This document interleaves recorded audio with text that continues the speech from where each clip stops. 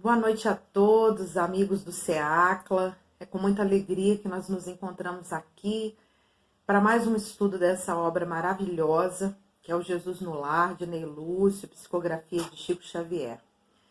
Hoje nós vamos estudar o capítulo 13, que ele é intitulado O Revolucionário Sincero. No curso das elucidações domésticas, Judas conversava entusiástico sobre as anomalias na governança do povo. Exaltado dizia das probabilidades de revolução em Jerusalém, quando o Senhor comentou muito calmo. Um rei antigo era considerado cruel pelo povo de sua pátria, até o ponto que o principal dos profetas do reino foi convidado a chefiar uma rebelião de grande alcance que o arrancasse do trono. O profeta não acreditou de início nas denúncias populares, mas a multidão insistia. O rei era duro de coração, era mau senhor, perseguia, usurpava e flagelava os vassalos em todas as direções. Clamava-se desabridamente.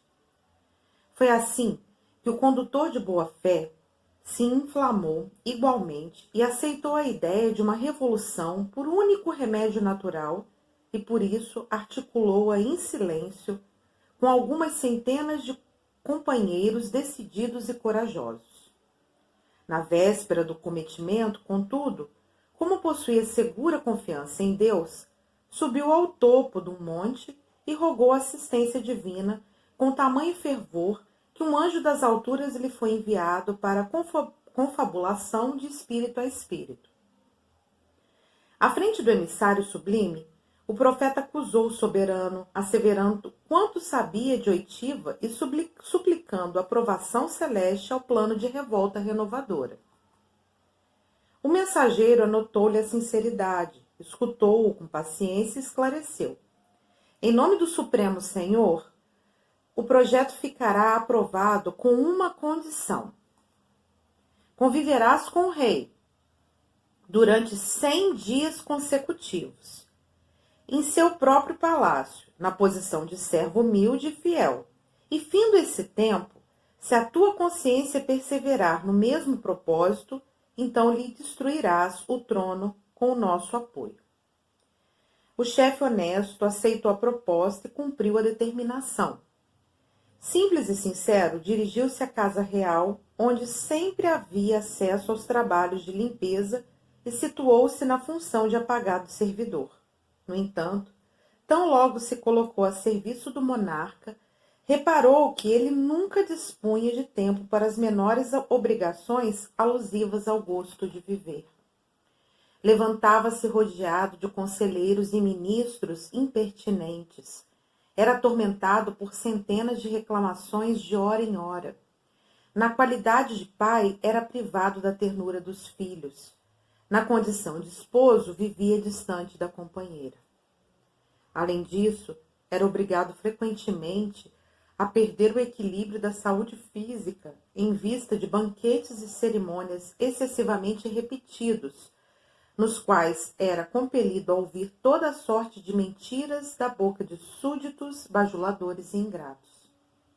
Nunca dormia, nem se alimentava em horas certas, e onde estivesse, era constrangido a vigiar as próprias palavras, sendo vedada ao seu espírito qualquer expressão mais demorada de vida que não fosse o artifício a sufocar-lhe o coração. O orientador da massa popular reconheceu que o imperante mais se assemelhava a um escravo, duramente condenado a servir sem repouso, em plena solidão espiritual. Porquanto o rei não gozava nem mesmo a facilidade de cultivar a comunhão com Deus por intermédio da prece comum. Findo o prazo estabelecido, o profeta radicalmente transformado regressou ao monte para atender ao compromisso assumido. E notando que o anjo lhe aparecia no curso das orientações, implorou-lhe misericórdia para o rei, de que ele agora se compadecia sinceramente.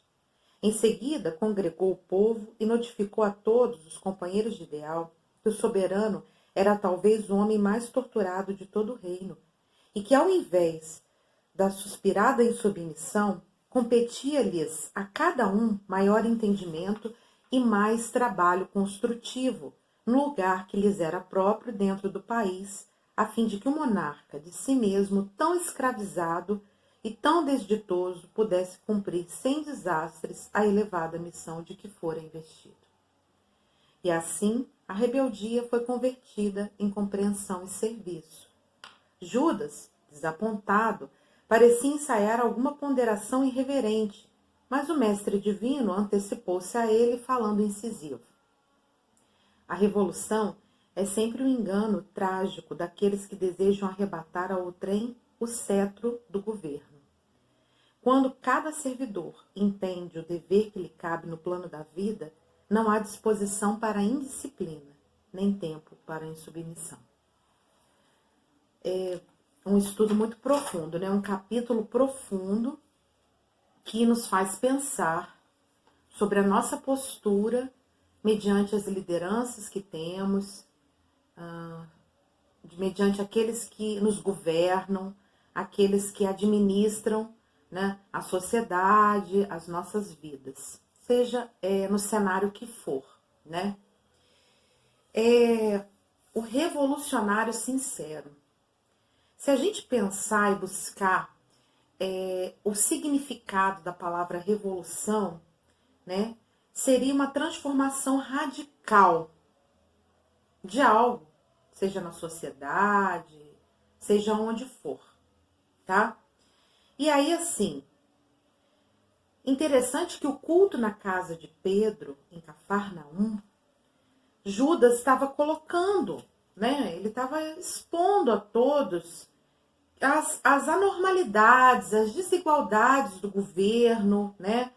Que aí, assim, o povo ficava submetido àquelas desigualdades, àquelas anormalidades, e ele estava exaltado, né? Ele estava dizendo das probabilidades de uma revolução, né? De transformações e mudanças radicais nesse governo. E aí Jesus, ouvindo aquilo, muito calmo, Jesus vai passando, traz uma história que nos faz sempre refletir, que fez eles lá, né, as pessoas que estavam presentes no culto na casa de Pedro, pensar, refletir e tirar as suas lições, e nós também. Ele fala que existia um rei antigo, que ele era considerado pelo povo como cruel, ruim, né? A tal ponto de que o povo procurou um profeta daquela época e foi assim, falou, a gente vai fazer uma rebelião. A gente vai resistir a essa autoridade, a gente vai retirar ele do trono e o senhor, o profeta, o senhor vai nos ajudar, né? De início, o profeta falou assim, gente, mas não é possível. Como é que é isso? Não é possível, o rei.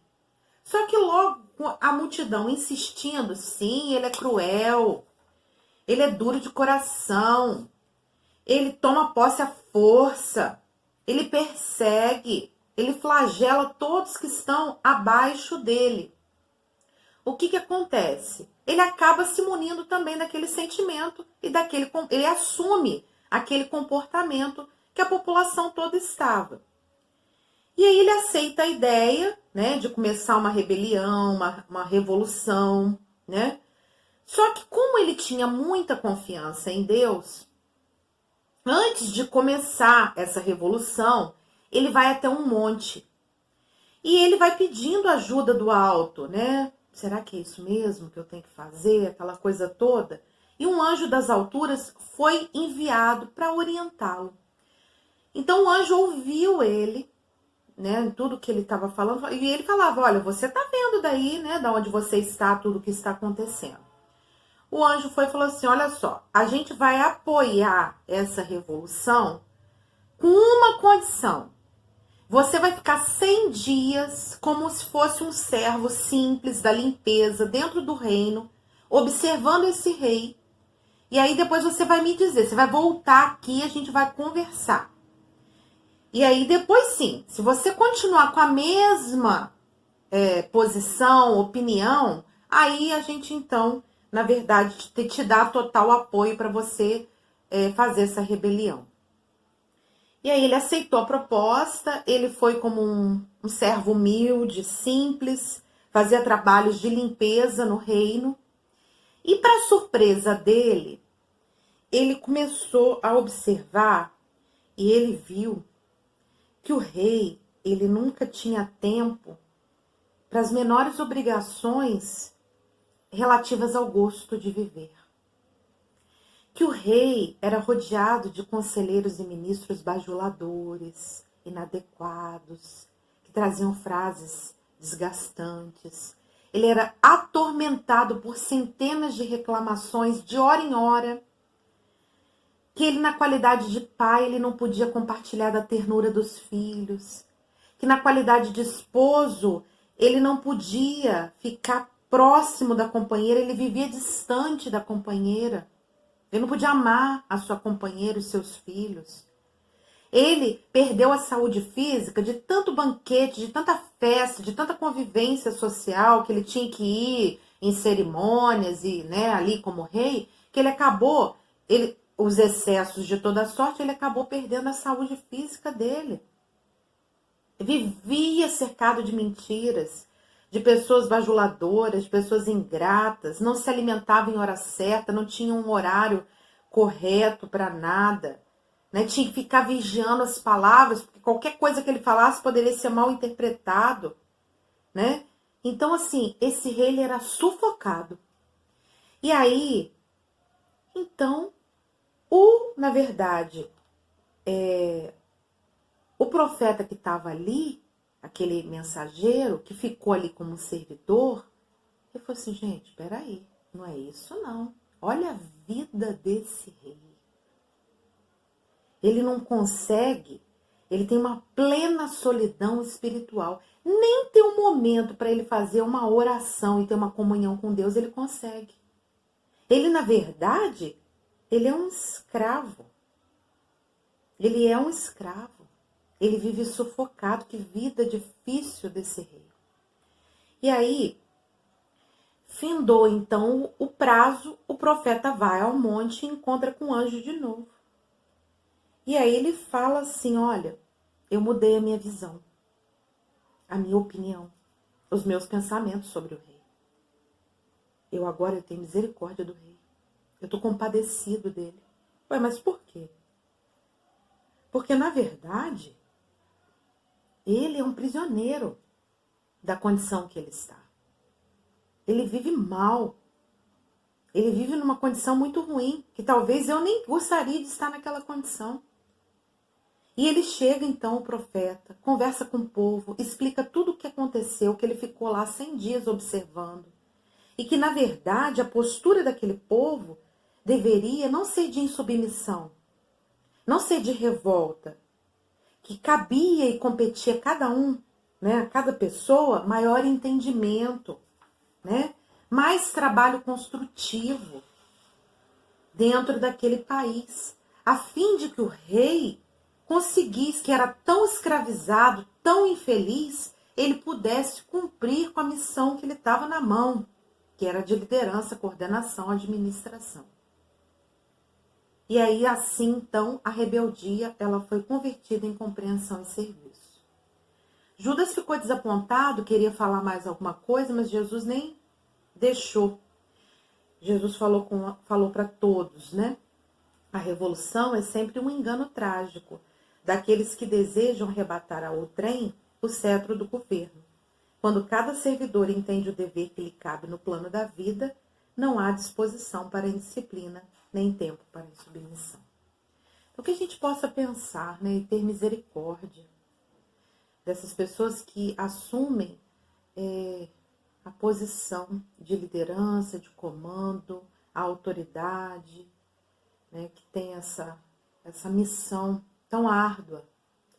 Porque é muito fácil a gente apontar o dedo, né, a gente falar, e falar até de coisas que a gente não sabe, julgar, pré-julgar, né? Dizer que é isso ou aquilo. Mas vai viver aquela condição, vai estar ali, vai passar por aquela situação toda, para ver se a gente aguentaria, se a gente conseguiria 1, 2 dias, Às vezes a gente não conseguiria nem uma semana ficar naquela posição. Quantas vezes, né, essas pessoas são sozinhas mesmo, elas se sentem sozinhas. E elas têm que tomar decisões duras em relação à vida de pessoas, de multidões, que acarreta consequências, e às vezes consequências difíceis, desastrosas. Que a gente possa se apiedar dessas lideranças, desses chefes de governo, né? Desses comandantes, se a gente assim puder falar, né? Do meu gerente, do meu coordenador, daquele que me lidera. Porque a gente está sempre pronto para falar alguma coisa, para atirar pedra, né? A primeira pedra, para poder censurar, criticar e, se possível, criar uma condição muito difícil de revolta, incitar a revolta de muitos, a rebelião. Eu quero transformações, mudanças. Será que eu conseguiria, se eu tivesse lá como líder, fazer essas mudanças bruscas, radicais? Será que seria fácil? Será que o gerenciamento financeiro de um país é fácil? A gente tem dificuldade de gerenciar a nossa vida financeira, que dirá um país inteiro, né? Um continente. Então, que a gente possa ter misericórdia, piedade, orar muito para essas pessoas que estão em posições de comando, que a gente possa ter piedade dessas pessoas pela responsabilidade que elas têm na mão, que é muito grande, que depois elas vão responder por tudo que fizeram, pelas ações, pelas consequências que foram geradas de suas ações, da direção que elas deram na vida das pessoas. Então elas merecem a nossa oração. As lideranças de toda sorte, da área da saúde, da área da educação, as lideranças sociais, né, os governantes, eles merecem a nossa oração diária, para receberem as melhores energias, para saberem tomar as decisões corretas, na hora correta, no momento correto, né, fazer um planejamento realmente das suas ações, ter muita sabedoria para poder liderar.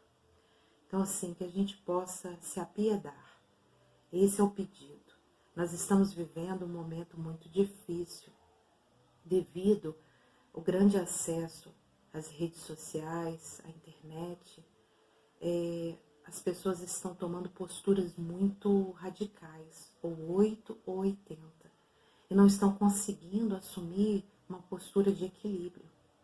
Elas querem resistir, elas querem se rebelar, mas não sabem nem pelo que estão se revoltando.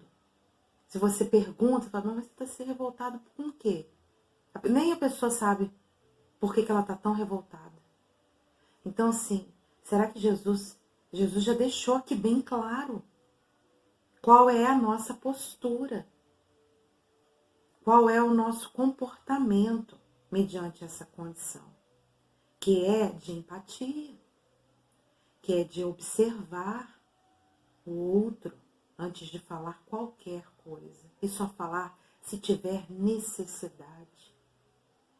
Tomar muito cuidado com o que sai da nossa boca. Muito cuidado. Porque a vibração que eu solto, ela fica comigo. A energia que eu jogo, eu sou o primeiro a receber essa vibração. Então, assim, que a gente possa refletir com amor, com muita tranquilidade, muita serenidade, nessa lição, né, do revolucionário sincero, de um profeta que de início ele queria, vamos revolucionar, vamos se rebelar, mas que depois ele pensou melhor, ele observou, ele viu qual era a realidade e deu, graças a Deus, ele conseguiu mudar de opinião, né? Tem momentos que a gente não muda, mas no caso dele, ele ele teve a sensatez de mudar de opinião, de postura e de influenciar várias pessoas para que elas mudassem também, né? Construindo, na verdade, inspirando nos outros uma postura de entendimento, de compreensão, de compaixão, que é isso que nós precisamos nos dias de hoje. Muita paz a todos vocês, eu tô com muita saudade, saudade do centro, saudade de olhar nos olhos de vocês, saudade dos estudos, saudade de tudo. Eu amo todos vocês. Muito obrigada.